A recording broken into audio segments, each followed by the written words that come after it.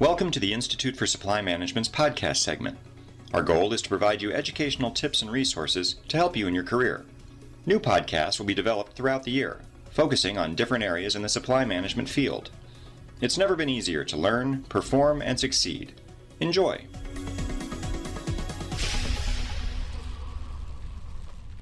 Hannah Kain is president and CEO of ALOM, an award-winning global supply chain company headquartered in Fremont, California. Ms. Kain founded ALOM in 1997 and has grown it to a global entity providing time-critical, high-visibility supply chain solutions to prestigious Fortune 100 companies in the technology, medical, automotive, utilities, and government sectors. Under her leadership, ALOM has won the 2013 Silver Stevie Award as the Best Global Woman-Owned Company. Ms. Kain has won numerous business leadership awards, including the 2012 Women's Business Enterprise Star by the Women's Business Enterprise National Council, the 2011 Astra Global Excellence Award, and the 2011 Vistage Leadership Award. She is a board member of the National Association of Manufacturers, on the Advisory Council of the Global Supply Chain Leaders Group, and a board member of Watermark. My name is Hannah Kain, and I'm President and CEO of ALOM, and I'm going to talk about risk in supply chain management. So over the last 10 years, supply chains have become vastly more complex, and this is due to the fact that we've got more players, more locations, more demand in the supply chain. We're also running leaner, and we are running omni-channel supply chains on the demand side and very complex, geographically diverse supply chains. In the meantime, also, of course, regulations have become much more complex. And the way I look at it is, in the old days, regulations were fairly easy to comply to. You would simply take whatever product you manufactured, you would send it out to a testing lab, they would determine whether it passed or failed, and you were done.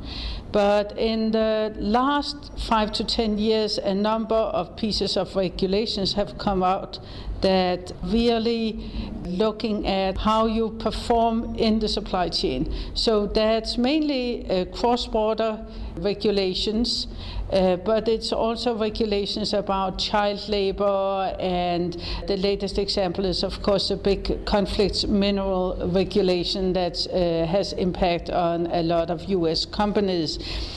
So those regulations really require a lot of diligence in the supply chain. And because of this, there's been quite a bit of focus on risk in supply chain. But the risk has mainly been focused on disruptive change. So the World Economic Forum did a big study about it, and a number of organizations have done big studies. And if you go back a couple of years, it's really all about, could you get the product out? Was your demand planning correct? Could you actually deliver in the supply chain and have product on the shelves? But over the last couple of years, there's been a tremendous change in that focus, or I should maybe say there ought to have been a change in the focus. Because instead of just looking at risk as being supply chain disruptions, risks are way more diverse now. So social media has significantly changed the way news spread. And many companies, many corporations believe in the triple-digit bottom line. And that means that you need to have the social responsibility. You have to have the environmental sustainable programs, and you also have got to be financially sound. That's a triple-digit bottom line. Unfortunately, a lot of corporations are not so conscious about that. However, the consumers most definitely are. And consequently, what happens is there will be some kind of disaster in one of the two areas that are not being watched, which would typically be in the sustainability area or in the social responsibility area. And immediately the news spread on social media. And within a short time, little as a few hours, and definitely within 24 hours, it can significantly impact the brand. A good example would be a factory in Bangladesh that collapsed. It could be child labor abuse. It could be suicide at supplier sites. There's a lot of examples that I think everybody knows about from corporate America being blindsided by what happened at supplier sites or even at the supplier's subcontractor site or even in corporations' own factories. So the diligence that's required is much higher. Now, I see that one of the big problems in supply chain strategic management lies in how do you align the organization around those issues. So supply chain organizations have really evolved over the last 5 to 10 years, and a lot of those organizations are built on very old school thinking, which is the price points are very important and the unit price is very important. Well, as we all know, the supply chain cost is way more than the unit manufacturing price. And so then we add that layer of complexity. But now you've got the alignment between the different parties that are part of the supply chain internally and externally, as well as corporations' goals as they relate to the brand management. So many companies have their biggest asset be their brand. So very expensive brand mistakes can really impact the brand. You can see stock drops of 10 to 20% just from social media exposure within 24 hours of an incident. There are a couple of things that companies can do to mitigate that. The first thing is to have better alignment. So if you've got people in your purchasing department who feel they are mainly being rewarded on buying low-cost items and not necessarily risk avoidance or adhering to a social contract or environmental contract, that's a very big issue.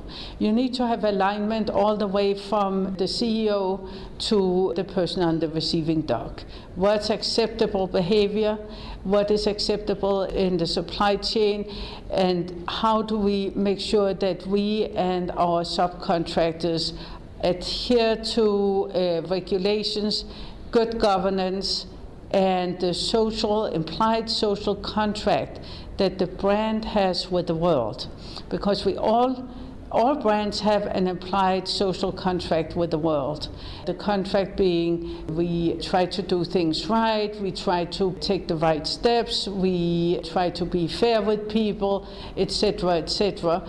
And people have a very strong perception of what those areas, what they cover. You step on that, you really risk damage to the brand. So what has happened is these issues have gone from a very low-level, day-to-day decision up to a tactical level, up to a strategic level, and now these decisions are in boardrooms. It's up at a level where in the boardrooms, supply chain issues and supply chain risk are being discussed. It's a fundamental change that has happened over the last 3 to 5 years, and it requires a different tool set for strategic management of the supply chain, ensuring the alignment internally to purchasing, to receiving, to supply chain management, to own manufacturing operations, and over to the suppliers and their subcontractors.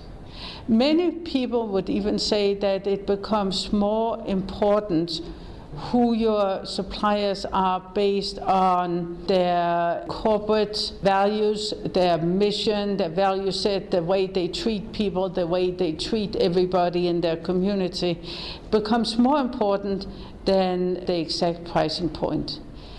And so it's a new way of thinking. The risk mitigation is alignment throughout the supply chain. Now, a number of organizations have also been very successful adopting a more reactive model. So the alignment is, of course, a proactive model. But reality is you can only catch a certain percentage of everything that could go wrong in a supply chain. We know that from the disruption model, we know that from a lot of other models, and it's the exact same when it comes to risk mitigation in the social and sustainability space.